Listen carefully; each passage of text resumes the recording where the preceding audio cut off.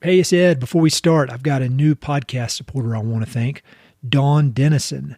Thank you very much for signing up to support the podcast via Patreon, and thanks to everybody else who've signed up over the years. I really appreciate it.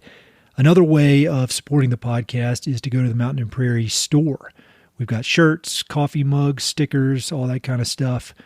It's really cool, designed by Western artists and Western graphic designers. So you can go to mountainprairie.com/shop to check out all of the options. Thank you very much.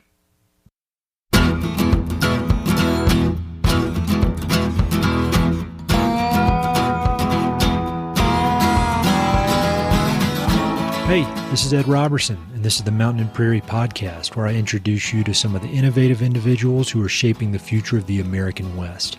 I meet most of these people through my work in land conservation, or through my hobbies and interests that revolve around spending time up high in the mountains. My guests include ranchers, writers, entrepreneurs, conservationists, athletes, artists, adventurers, pretty much anyone who's doing important work, has an interesting story, and loves the American West. My guest today is Hampton Sides. Hampton is a historian and New York Times bestselling author who's best known for his engaging works of narrative nonfiction, including the books Blood and Thunder, Ghost Soldiers, On Desperate Ground, and more.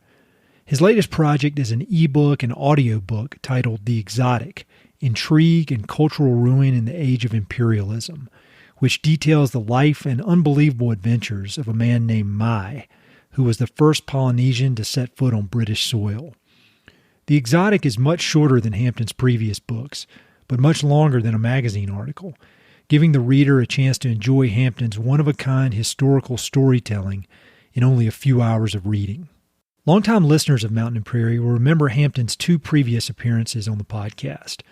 The first was an in-depth discussion of his book Blood and Thunder and the History of the American West, which was recorded live and on stage at the Aspen Institute.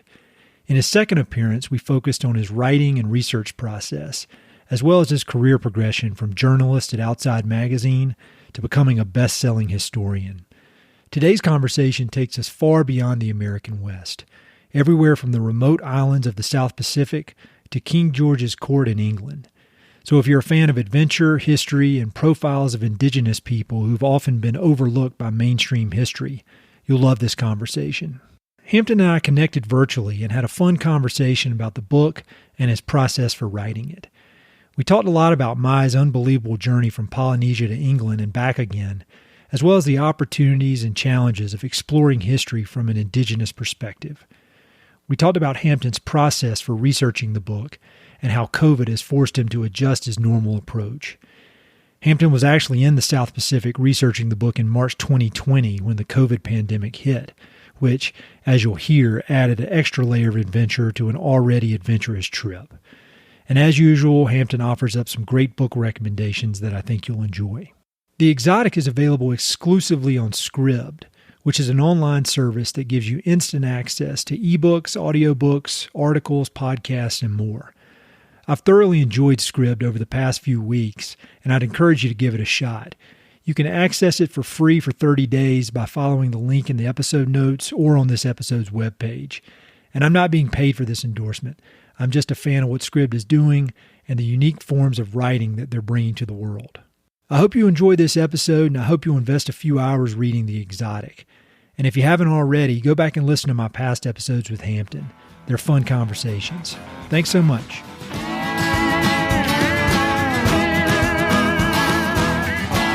There was a passage or a quote right at the beginning of the ebook that I thought would be a good way to kind of kick this off. So I'll try to read it without butchering it. The quote is, "There was nothing regal or patrician about Mai. He was a nobody who happened to hitch an epic ride to England, a regular guy who went on a most excellent adventure, all of which makes his story even more spectacular." And so I think that's such a great summary of this ebook, and it really sets the stage. So how did this character Mai come into your consciousness? I mean, how did he appear, and you got intrigued by him and were like, I think there's something here. There's something worth writing about. Yeah, well, I'm writing a book for Doubleday about the third and final voyage of Captain James Cook, the British navigator. And in the various accounts of that voyage, which happened in the 1770s. This character, Mai, crops up. It's, fairly often. He's part of the voyage. He's part of the team. But he's kind of mentioned as an also-ran. He's mentioned as a kind of secondary character, a bit player.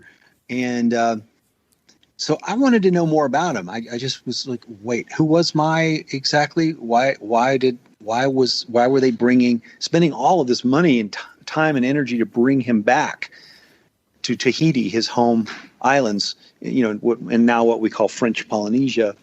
And so I delved a little deeper. I wanted to know who this guy was and why he was so popular in England. And it turned out, it was just a gold mine of material about this very first Polynesian man to arrive on the shores of Great Britain.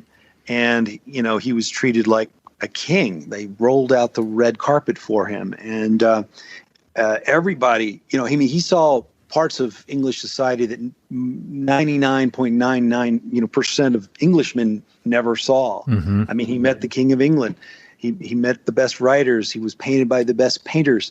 He was treated like royalty. And I thought, well, what's great about this is these stories about the voyagers, European voyagers going to Polynesia and other remote places and encountering indigenous people and often, interpreting indigenous cultures with a certain arrogance, a certain patronizing colonial mindset. Yep. Well, here's a way to kind of completely flip the perspective, to completely turn the tables and have a Polynesian man who comes into the very heart of the empire and to the kind of the beating heart of colonialism, and we get to follow him as he moves through this world. So it's sort of like, and now, admittedly, we are handicapped in some ways because although he learned English, he didn't write English. We don't have his own accounts exactly. We have other people's depictions of what Mai said and did. But that said, he was, I think, by far the most vividly depicted, most studied, most analyzed, but also most celebrated indigenous person that ever came to England up to that point. So there's a wealth of material, turns out. And I decided also, I think, something's happening in the culture now, which is, true in academia. It's true in Hollywood and on the small screen with, series and limited series that you see on, streaming on television. It's true on the stage, which is a kind of a correction, a kind of a reassessment of like saying, well, these old stories from the past are wonderful, but, what about the marginalized characters? What about the people who didn't have a voice for whatever reason, because they were slaves or because they were, impoverished or illiterate? And, let's think about these stories also from their point of view, not just from the point of view of the conquerors and the generals and the admirals and the explorers. So, I'm being very aware of that trend, which I think is overall a great trend. It's long overdue. It's needed to happen. I think sometimes people get a little hysterical about it, maybe go too far in the other direction. But, so I, being aware of that and thinking about my book and realizing, I don't have, at first I thought, well, I don't really have an indigenous character of any note, because Cook just moves very quickly from one island to another island to another island to another island. And, he meets indigenous people, but we never really get to know them very well. Moves around fairly briskly all over the entire Pacific Ocean. But then I thought, no, there is this one guy, Mai, and why don't we just follow him and make him the centerpiece of the story? And then I think in the first third of my book, almost the first half of the book, Mai is after Cook, he is the major character. We have that much material to work with. But then I started also realizing that I could sort of carve this story out from the book and do it as an adaptation from it as a long form digital book, which is a kind of an interesting new format. Yep.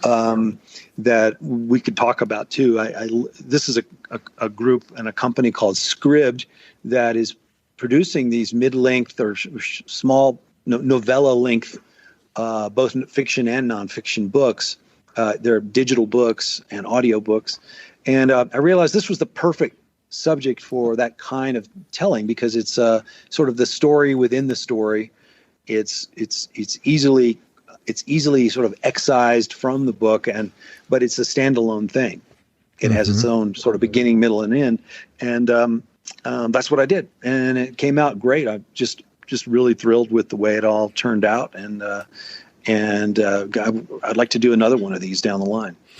Yeah, I loved it. And you mentioned before we started recording, like Peter Heller had done one for Scribd, which I have not yet read, but I will now. But, as I've told you before, one of the things I love about your writing is that no matter, if you're writing about the Old West or you're writing about the Korean War, you write these very vivid character sketches of super interesting people, and that it pulls in the reader. And what I liked about this was it kind of gave you an opportunity to kind of peel off and just focus on one of these. And I often think, like, well, what if you just did one of these about John Fremont, or did one about that guy on Desperate Ground, John Yancey, who had his eyeball shot out. I mean, I feel like so many of your books that there would be this opportunity for this. And I know if I'd been reading whenever I read your new book, I would have wished to know more about Mai. So I'm really glad that you did this. It's really awesome. And I was able to read it in a few hours on a Sunday afternoon. So could you talk a little bit about who Mai was? Because by the description, when we're talking about him, and when you look at his this portrait of him on the cover of the ebook, he looks like royalty, and he looks like this guy. He shows up in England, and all of a sudden he's in these parties with the upper crust of society, and you would guess that a guy like that is royalty himself. And from the way he's been drawn and portrayed, he looks like royalty, but that's not really the case. Can you talk about his background? Absolutely. And I think that tension between who he really was back home and how he was interpreted in England is very interesting and telling, and it's part of what drives the story. So Mai is actually, his image at least, is very, very famous in England and in the art world because of a portrait that you alluded to that was painted by one of probably the greatest painter in England at the time, portrait painter, Sir Joshua Reynolds. He painted a portrait of Mai. They called him Oh Mai. In this painting, Mai is, he looks like royalty. He looks like he's an aristocrat. A lot of people in England thought he was an aristocrat. He must be a person of great wealth and consequence and distinction and taste back home. And he was treated as such. And Reynolds also happened to like to paint people this way. He always made, he was always bringing in kind of classical references, and his bread and butter was, he painted the lords and the earls and the squires and the ladies of high society. He also painted King George. He painted thinkers and writers and scientists and anyone of consequence, basically. Mm-hmm. And it was the way back then that you kind of bought a piece of immortalization. You would become immortal if a great painter like Reynolds would agree to paint your image. And so Mai was painted by Reynolds. And by the way, this painting was not too long ago sold at auction at Sotheby's to a phenomenally wealthy Irish bloodstock magnate named John Magnier, for, I've forgotten the figure now. I think it's like it was almost 13 million pounds. This painting fetched, and it's been on display at the Tate Britain Museum and various museums around the world. It's very well known. But Mai actually came from a little island about 150 miles west of Tahiti called Raiatea. And he grew up lower class, and I must say that French Polynesia, the Society Islands of that time especially, was very, very rigidly stratified society. And it was very difficult to break out of your caste. Yeah. And he came from a lower caste, but not the lowest caste. His family had some land. They had some status on this island. And he had apparently a pretty happy boyhood. But then in the 1760s, a war erupted. These warriors from Bora Bora, which is another island in that group, in that archipelago, they came and they brutally, ransacked Raiatea, killed, murdered his father, and devastated, his boyhood island. And somehow or another, Mai escaped with some family and ended up as a refugee in Tahiti, and which is the biggest island in that group. And he was poor, and he was just festering with grievance and a sense of wrong, that he had to avenge his father's death. He was really spent the rest of his life trying to figure out how to get back at the Bora Borans and get his land back, his family's land on that island. And not too long after that, the British showed up, the first Europeans to touch on the island of Tahiti. Captain Wallace was his name, and it was the HMS Dolphin. And they declared and in this grandiose way they always did it, they declared Tahiti British soil. Yeah. Claimed it for the crown of England, and this very silly kind of thing. Things did not go well. They erupted in violence, and Wallace within a few days is firing cannons at these native Tahitians who are up on this hill over the bay. I got to go to this place where this all happened, Matavai Bay in Tahiti. And anyway, long story short, they just scattered this hillside with shrapnel. And one of the people, dozens, possibly even scores of Tahitians were killed. One of the Tahitians who got injured, quite seriously injured, was the young teenager, Mai. And he ended up with shrapnel in his side, and it had a permanent scar for the rest of his life. He bore testimony to literal physical testimony to first contact between Europe and the island of Tahiti. But something clicked in his mind that day, and he survived this attack, but he realized, man, these guns, these British, they've got something. This is powerful. Firearms, gunpowder, cannonballs. And I was like, this is how I can get back at the Bora Borans. This is how I can, if I can just get some guns, and if I can just raise an army, or somehow convince the British to join me, we can take back my home island, Raiatea. So from that day forward, it's unbelievable when you actually think that this thought entered the mind of a teenager, and he spent the rest of his life fantasizing that he could go to England and that he could convince the king to give him a bunch of guns, and that he would go back and take, it's sort of like Hatfields and the McCoys. I mean, just take care of these folks that had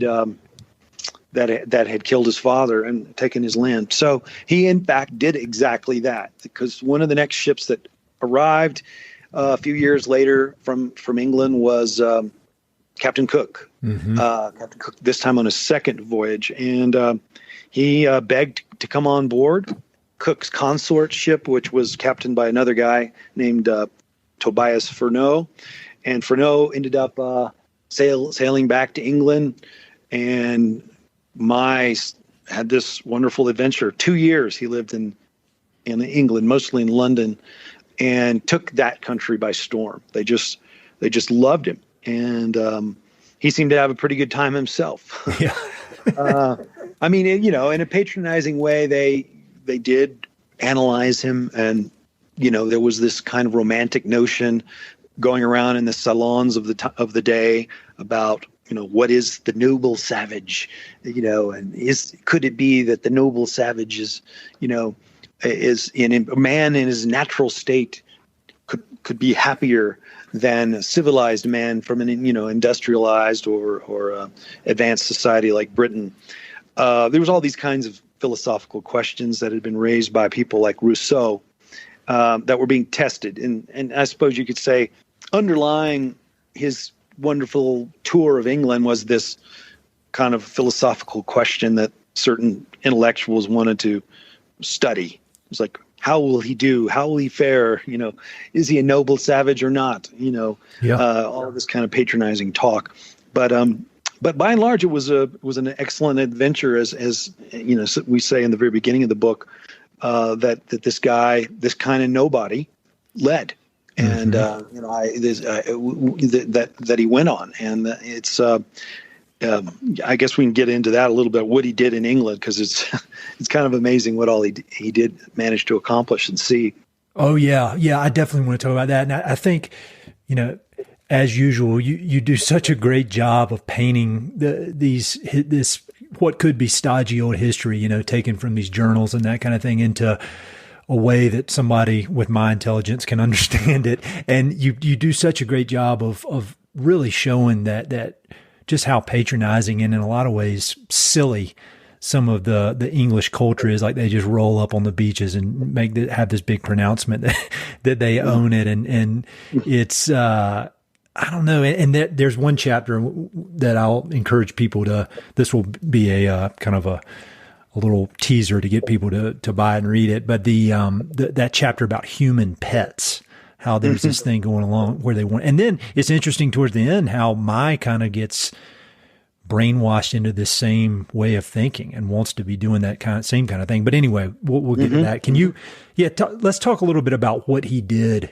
while in England, because it is an excellent adventure. So he comes ashore, and a gentleman by the name of Sir Joseph Banks, the famous botanist, a gentleman botanist, bachelor, a person of great means and great fame, because he had accompanied Cook on Cook's very first voyage. He had also been to Iceland. He'd been to Newfoundland. He was really interested in collecting exotic plants from around the world and bringing them to what became the Kew Gardens, famous place today, one of the most amazing botanical gardens in the world. Well, Banks was a gentleman with a very busy mind, who was a member of the Royal Society. He eventually became the president of the Royal Society. He was a scientist. He was curious about all the debates of the day. Well, he takes Mai under his wing and becomes his sort of chaperone, his guardian. And his sort of, I guess he kind of treats Mai a little bit like his own personal, human pet. And,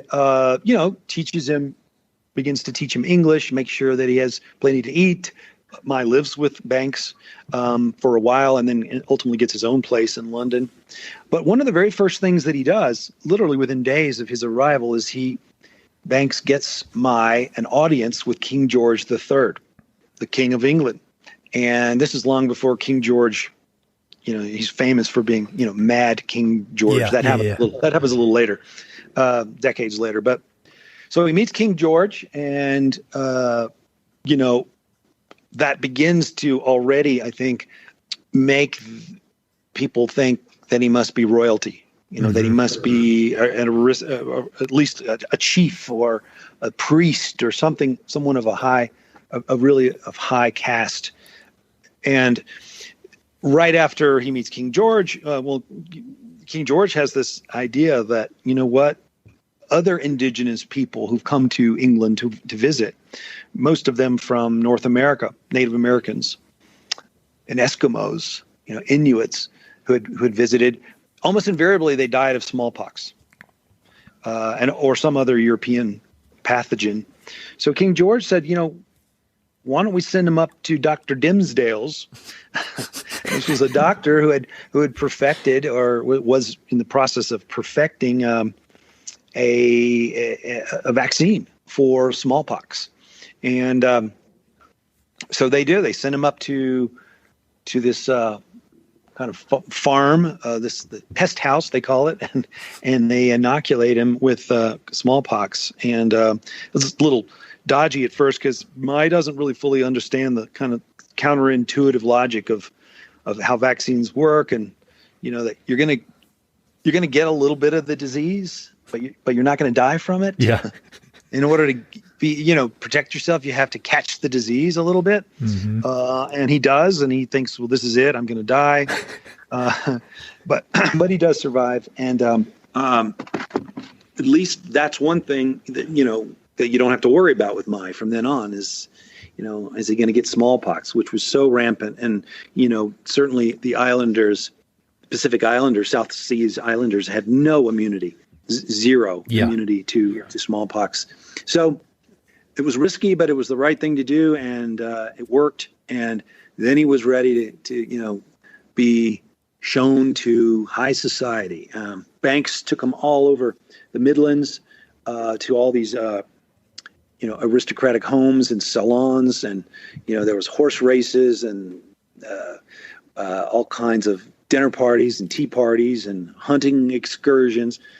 He learns how to play chess. Turns out he's really good at chess. Learns to play backgammon. Really takes up all the pursuits and activities of a gentleman aristocrat. He also turns out he's a great cook. We finally see the arrival of barbecue in England. Mm-hmm. In this case, Polynesian barbecue. He cooks, in these underground ovens that he makes, that he prepares. He's also a hit with the ladies, and there's all kinds of stories about some affairs that he may have had. And I don't know. It's just one of these kind of stories that keeps on going. Everywhere he goes, people love him. He does have this really kind of just wonderful personality. He gets along with everyone, very cheerful, laughing all the time, loves games, loves to mimic people. But along the way, he meets like all the major thinkers of British society, including Dr. Johnson and Boswell and all the members. He's becomes an honorary member of the Royal Society, which is very distinguished group of scientists in London that meets for dinner. And so it's kind of interesting to see how. And I think along the way, perhaps some of this begins to go to his head. Yeah, like they think I'm great. Maybe I really am an aristocrat. Yeah. Maybe I really am a person of great power, and something. They seem to believe it anyway. So it definitely feeds his ego a little bit. He becomes a bit of a dandy. He likes wearing silk suits and sashes and scarves and he becomes quite interested in fashion. He learns how to ice skate. Certainly, certainly the first Polynesian to see ice or to learn how to skate on ice. There in Hyde Park. The Serpentine is where he learns to ice skate. But after a while, he begins to get a bit homesick. There's no doubt about it. This is such a very different world that he's been thrust into, and he doesn't really understand English society. Actually, he seems to act like he does. He seems to get along well in it, but it's clear that he's missing his home. And King George, who was about that time beginning to get quite annoyed with these rebels from Boston who are kicking up this little revolution. Mm-hmm. And he's a little preoccupied with that, but he says, no, we need to cook up another voyage to return Mai back to Tahiti. And they eventually do, and it ends up being Captain James Cook's third and final voyage that brings Mai back home. And I think there's this interesting detail that you put out there at one point where, Mai has these tattoos on his body that very clearly label his social status back in his homeland. And so all the while that he's, hobnobbing with all these fancy people and wearing his fancy clothes, I can only imagine what's going on in his head about when he goes home. And it's, it is clearly written on his chest where he is in the pecking order of his homeland. And so, and that could explain, his behavior when he gets back. And then the other kind of random thought I keep having is you need to send this book to Dwayne "The Rock" Johnson, and then they can make the movie and he's going to be Mai. I think it's with the guns and the vengeance, and then it's made for him. I love the Rock. But he wasn't quite that ripped, quite. Well, he got exaggerated a little bit. So but that's okay. Yeah, that's fine. He need to wear a wig too. But you can talk to Dwayne about that, right? No, yeah. As soon as we get off this call, I'm going to call his agent. All right, cool. All right, so he gets on the boat to head back home, and he's got quite the luggage collection. And then it also seems that Captain Cook may be losing it for one reason or another. He's not the same guy that he was during his first two voyages. So what happened? Maybe we'll just skip to when they land, when he gets back to his homeland and he rolls in and he's trying to impress all the people from his homeland. How does that go? Things do not go so well for him. He doesn't know how he's going to be welcomed back home. Will he be considered, some kind of envoy, some kind of ambassador? He's literally traveled around the world. He's seen things that no Polynesian has ever seen before, been just practically everywhere. And he has this trove of possessions now that the King of England and Joseph Banks and lots of other folks have given him. A lot of possessions that just don't make any sense on an island in Polynesia of that time. Like a jack-in-the-box, a little shocking machine that has like creates static electricity, a suit of armor that was tailored for him in the Tower of London. A lot of animals that had never been seen in Polynesia, like horses, all kinds of, a Bible, pictures, portraits of the King and Queen of England, and a lot of other belongings that he arrives with all this stuff. And, it immediately sets up a lot of confusion among the chiefs because here's this nobody, this guy who was a refugee, who was a laborer, who now has more stuff than any chief in Polynesia. It was like he's a commoner with more possessions than anyone else. And they're jealous and they're confused, and these various chiefs on Tahiti, they think he's an upstart. They think he's sort of trying to usurp their power, and they don't really understand it. And as you can imagine, a lot of these possessions just provoke, a lot of jealousy and resentment among the lower classes of folks as well. Yeah. And they all sidle up to him. So some of the sort of everyday folks in Tahiti, they just suddenly want to be his best friend. They just want his stuff, his costumes, his clothes, his feathers, these red feathers that were very much in demand. So it's really interesting, to see what kind of European concepts about property and possessions, how they attempt to graft those concepts onto a society that has very different ideas about private property. Yeah. It's unfortunately, Mai is kind of stuck in the middle of all this. He's not English.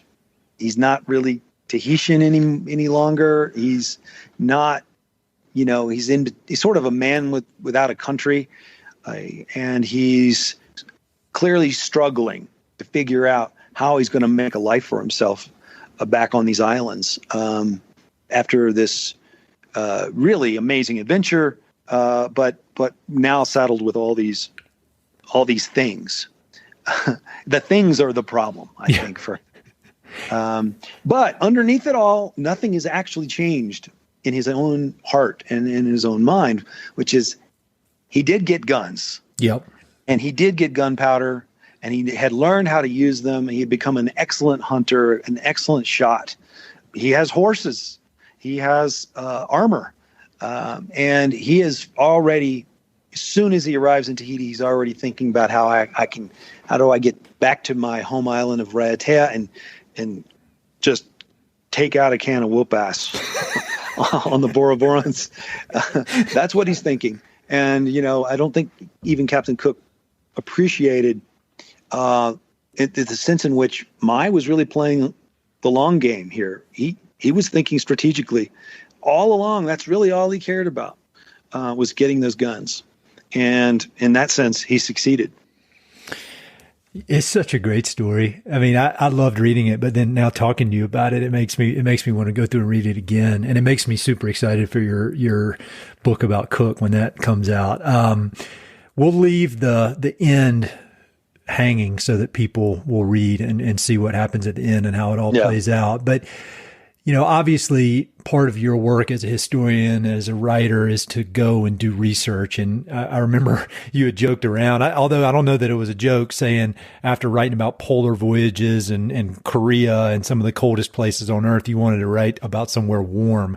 And so you were headed over there. You were over there in early 2020, March 2020 of all times, when things got a little squirrely. So, give me that story. I want to hear what happened when COVID hit and you were over there. Yeah, it was very strange because we had rented a friend of mine is a captain and knew how to sail these catamarans, and so we got some friends together and my wife and some others, and we sailed around the Leeward Islands of the Society Island chain, which is Raiatea, Bora Bora, Huahine, and a couple of other islands. And we weren't getting any news. But what we were noticing as we went from island to island is that there were fewer and fewer people. There were no tourists. Yeah. By the time we got to Bora Bora, it was completely empty. It was like a neutron bomb had gone off, and it was just like all those villas were empty, and the honeymooners weren't there.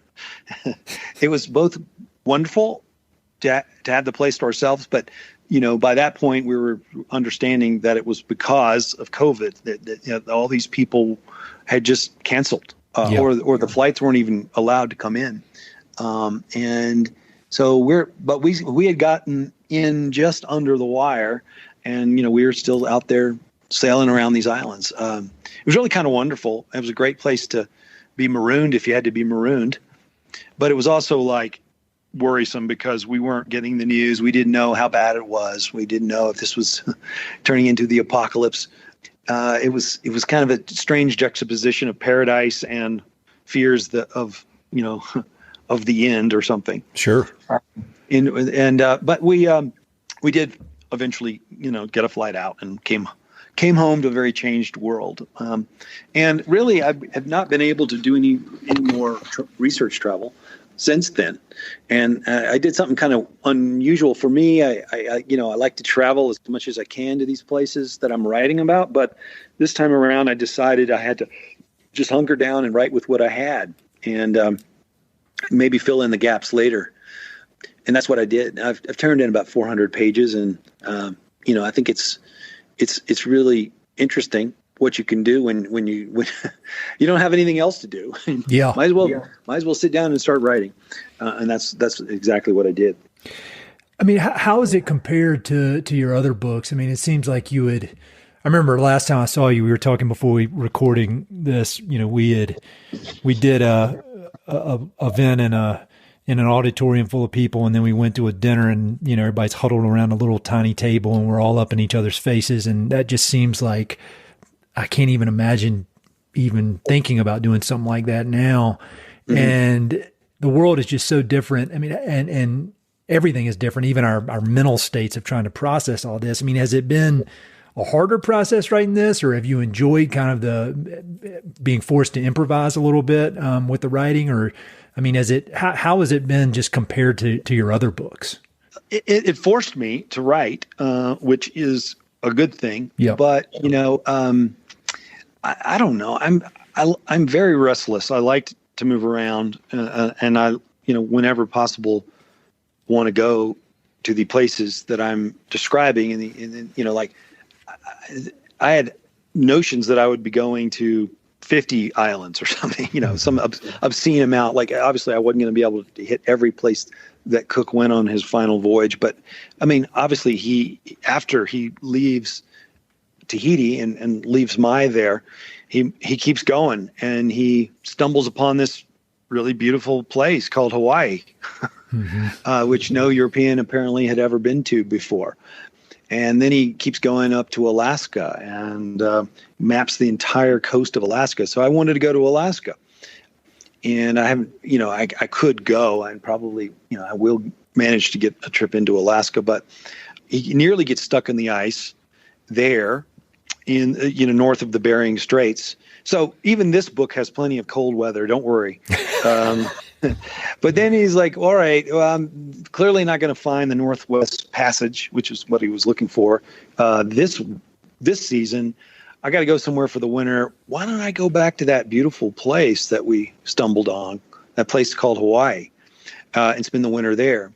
So he goes back to Hawaii, and I think it's, not a spoiler alert. Most people know that things do not go well for him there, and he ends up being murdered on the big island of Hawaii. So in terms of my process, though, I mean, on one level, I do want to go to all these places. But I have to make some decisions. It's like a lot of these trips that I had envisioned just aren't going to happen. So you fill in the gaps in a million other ways, of course, by doing a lot of reading and doing, just poring over the old maps and, just imagining as best you can what those experiences were like. And I think my goal is to turn in the whole first draft and then maybe go on another kind of trip, a very surgical strike kind of trip to many of these places. Yeah, that's super interesting.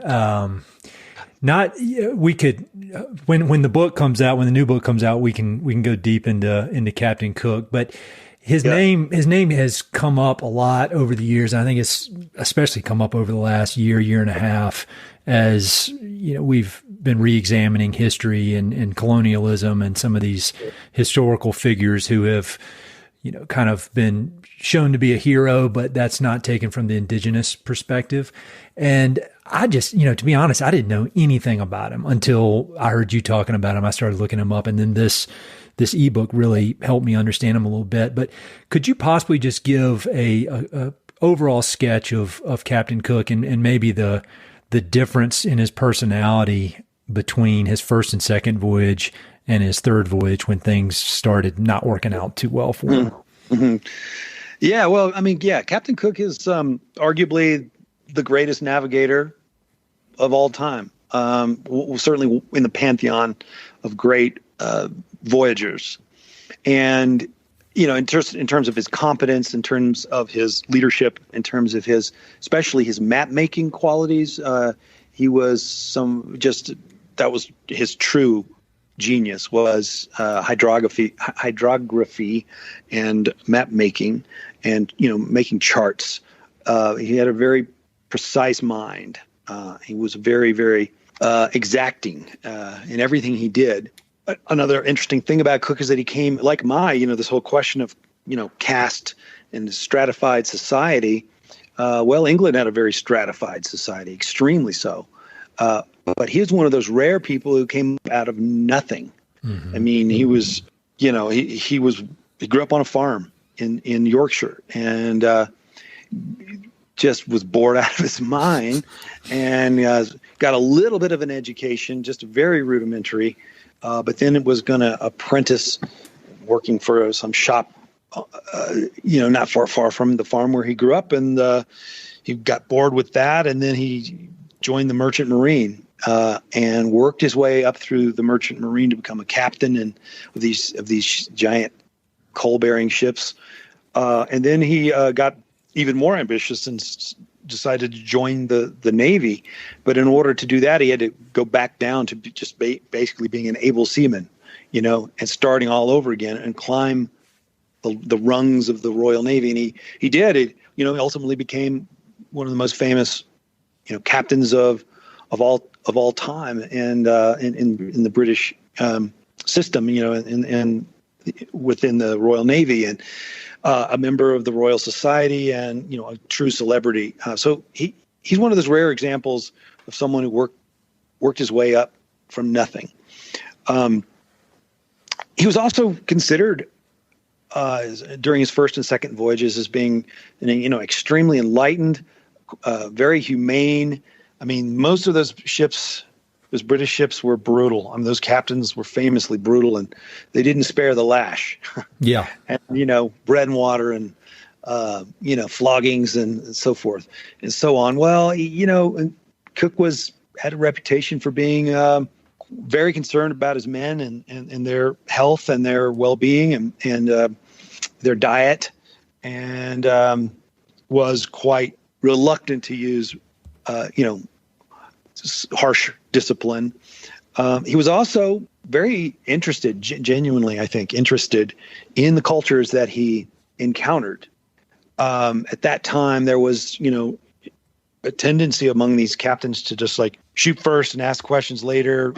These are savages, they're barbarians. Yeah. Who cares about them? We just need to find out where's the gold, where's the silver, where's the food. Exploit the resources.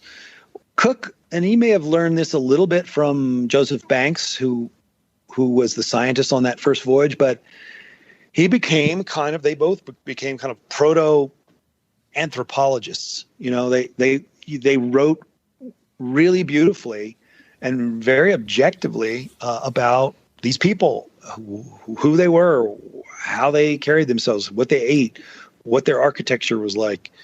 You get these really interesting anthropological kind of almost ethnographic studies from the way back in the 1770s that very interesting. He was a scientist and very curious about the world. By the third voyage, though, he was getting very tired and very jaded about this whole exploration business. I think he also was becoming cruel and becoming much like those other captains. Just, beatings will continue until morale improves. And he applied the lash, and he was cruel both to his own men and to the indigenous people that he encountered. And he, so much so that a lot of, the Cook geeks out there, and there's this whole subculture of people who study Cook. The literature on Cook is enormous, and especially if you combine it with the literature on some of the other British navigators of the time, like Captain Bligh. And so there's a lot of speculation about what was wrong with Cook on his third voyage. Did he have a parasite? Did he have had he become addicted to some kind of opiates because he was in a lot of pain for a condition called sciatica? Did he have some kind of mental condition? God knows he traveled everywhere. He probably picked up any number of bugs. He was famous for eating anything.